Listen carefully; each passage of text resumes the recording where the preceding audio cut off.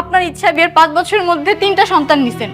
আপনার সন্তান সামলানো, সংসার দেখা, বাচ্চা কাচ্চার পিছনে দৌড়ানো, এগুলো করতে গিয়ে তো আমি নিজের যত্ন করাই ভুলে গেছি। বিয়ের পরও আমাকে এভাবে ভালোবাসবেন তো? হ্যাঁ, এভাবেই ভালোবাসবো।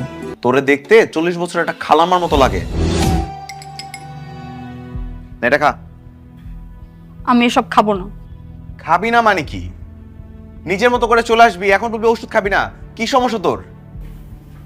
সমস্যা কি বললে তো আপনি বিশ্বাস করবেন না। বিশ্বাস করবো কি না করবো সেটা তো আমার ব্যাপার। কি হয়েছে বল। ওই কবিরাজ লোক ভালো না, আমাকে খুব প্রস্তাব দিছে, তাই আমি তাকে মেরে চলে আসছি। এটা কত বড় মিথ্যাবাদী রে। এই, আমার সামনে কোন সাহসে তুই মিথ্যা বলতেছস? আমি সত্যি বলতেছি। নিজের চেহারাটা একবার আয়নার মধ্যে দেখছস? না দেখে থাকলে আয়নার সামনে গিয়ে দাঁড়া। তোরে দেখতে 40 বছর একটা খালাম্মার মতো লাগে। হ্যাঁ, এখন তো আমাকে খালাম্মার মতোই লাগবে। বিয়ের আগে তো খুব বলতেন আমি নাকি পরীর মতো সুন্দর, আমাকে না দেখলে নাকি আপনার ঘুম হয় না। এখন আমি খালাম্মা হয়ে গেছি, তাই না? ঠিকই তো বলতেছি। তুই দেখবি, দেখ, এই দেখ, তোর বিয়ের আগের ছবি এখন আমার ফোনের মধ্যে ওয়ালপেপার দিয়ে রাখছি। এই মনিকার তুই কি একা আসোস?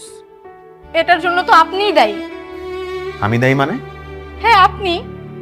আপনার ইচ্ছা বিয়ের 5 বছরের মধ্যে 3টা সন্তান নিছেন। আপনার সন্তান সামলানো, সংসার দেখা, বাচ্চা কাচ্চার পিছনে দৌড়ানো, এগুলো করতে গিয়ে তো আমি নিজের যত্ন করাই ভুলে গেছি। তারপরেও আপনার শুকুর নাই, আমি নাকি খালাম্মা হয়ে গেছি। তোর চেহারা বদলা গেলে সেটা আমি বলবো না? আমার চেহারা বদলে গেছে, আমি মানুষটা তো বদলাইনি। আমি তো সেই আগের মনিকাই আছি। একবারও খোঁজেন সেই মনিকাকে? কোথায় আপনার সেই ভালোবাসা? বিয়ের আগের দেওয়া কমিটমেন্ট গুলো কোথায়? সবই কি মিথ্যে ছিল? বলেন।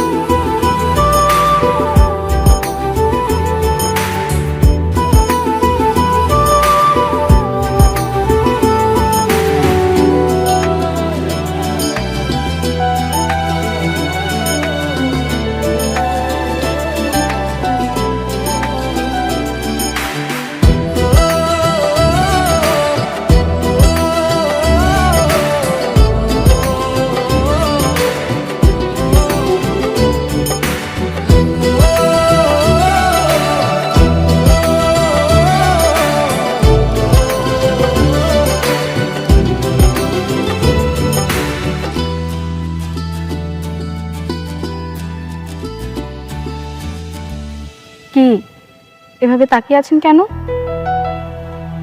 তোমাকে দেখতেছি।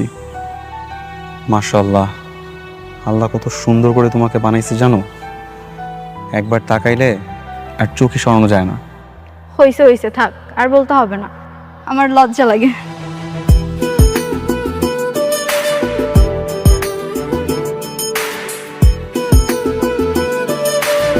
এই শোনো না, আমার না এরকম ভাবে তোমাকে রাস্তাঘাটে দেখতে একটুও ভালো লাগে না, মন ভরে না আমার। চলো না আমরা বিয়ে করে ফেলি। ঠিক আছে, একটা কাজ করেন, বাসায় বিয়ের প্রস্তাব পাঠান। সত্যি? হুম।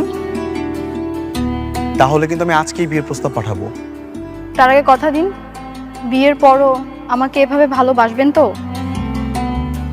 হ্যাঁ, এভাবেই ভালোবাসবো, অনেক বেশি ভালোবাসবো। যখন আমার বাচ্চা কাচ্চা হয়ে যাবে, আমি বুড়ি হয়ে যাব, তখনও? তুমি যখন বুড়ি হয়ে যাবা, তোমার এই সুন্দর গালের চামড়াগুলো যখন ধুলোমুলো হয়ে যাবে না, তখনও আমি তোমাকে দেখে বলবো, আরে আমার মিষ্টি কিউট বুড়ি, আমি এখনো তোমাকে সেদিনের মতোই ভালোবাসি। সত্যি? সত্যি, 100% সত্যি। কখনো আমাকে অবহেলা করবেন না তো? কখনো না।